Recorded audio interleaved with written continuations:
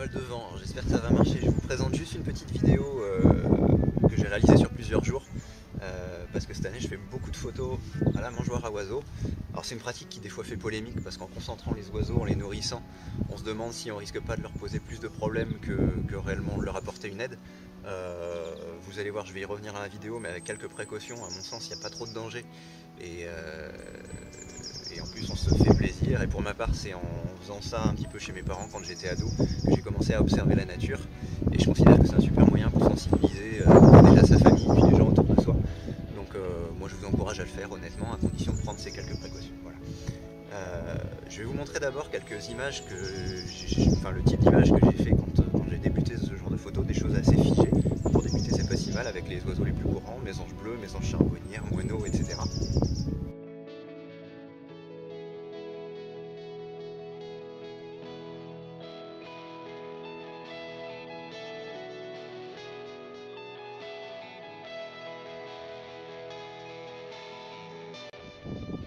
Il m'est arrivé aussi de faire un petit peu la même chose avec des oiseaux plus forestiers, en disposant des mangeoires en lisière forestière. L'an dernier, par exemple, j'ai voulu faire des photos de mésanges huppés, de citelles, de piquets pêche. Et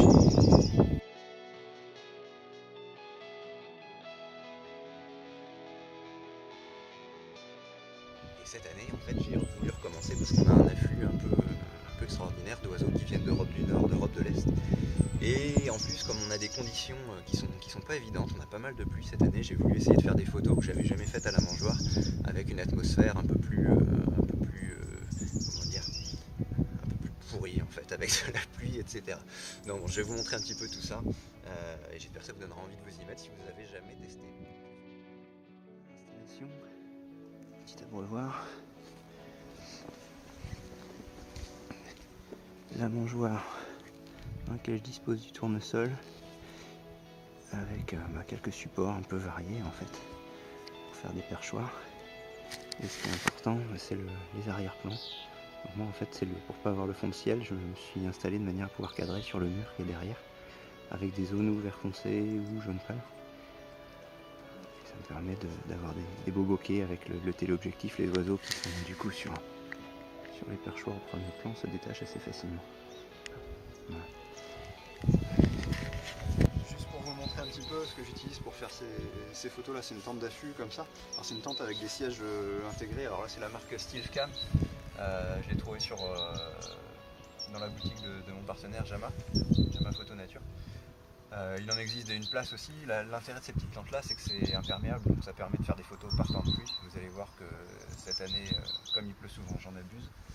Et puis ça permet aussi de pouvoir déplacer la tente si on veut varier les lumières, les supports, et si on change de focale aussi, si on veut des fois faire avec des téléobjectifs un peu plus courts, un peu plus longs, ça permet d'avoir la bonne distance en fait par rapport à ce qu'on veut faire.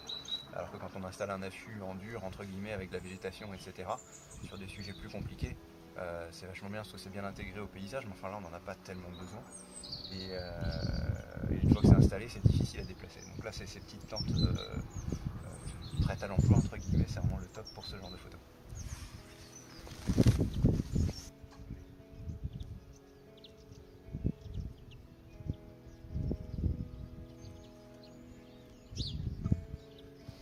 Alors, vous voyez que depuis à peu près fin novembre que j'ai commencé à nourrir les oiseaux, il y a pas mal de débris de coques de tournesol au sol. Et pour éviter que les oiseaux tombent malades, comme ils se regroupent des fois nombreux, là, surtout les moineaux, les verdiers qui débarquent en bande, éviter qu'il y ait des fientes qui traînent dans la nourriture, etc. Régulièrement, je fais un petit nettoyage de la mangeoire.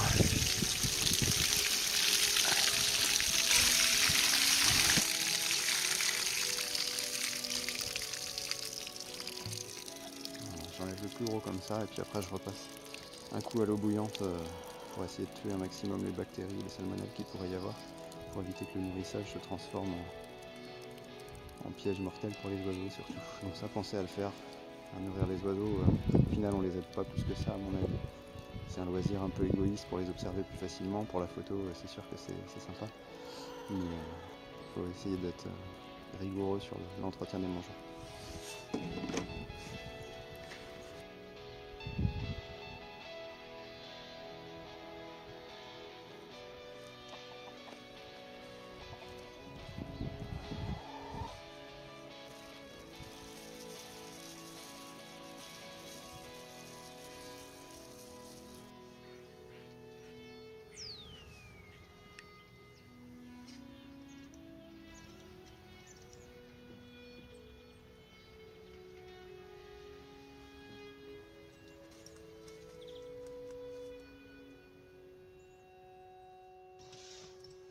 pour ceux qui ont suivi, cet hiver, là, comme il y a un afflux un peu extraordinaire d'oiseaux venus du nord et d'Europe de l'Est, là, des gros becs, des pinsons du nord, des ciserins, etc.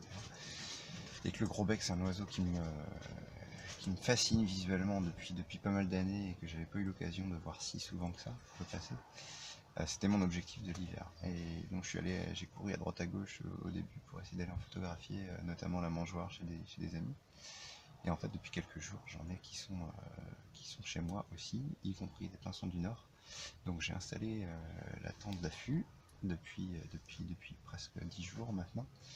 Et j'y viens de temps en temps, par-ci par-là. J'ai fait déjà pas mal de photos de gros becs un peu figés, des portraits. Et alors là, aujourd'hui, il va faire un temps très très moyen. Et ce que j'espère, c'est réussir à en faire avec une bonne averse, en fait, des gouttes de pluie.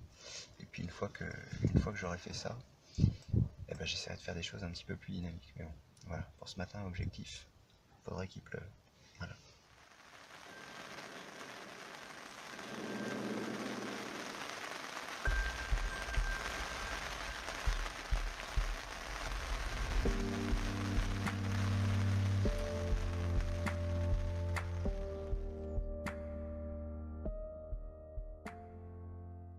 Voilà, il pleut.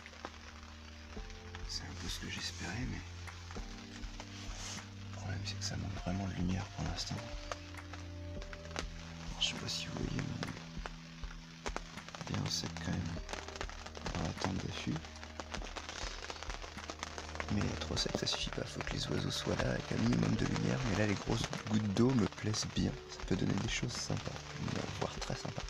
Mais il faudrait quand même que derrière il y ait un petit rayon de soleil, au moins, qui se pointe. Voilà. Allez, je touche du bois.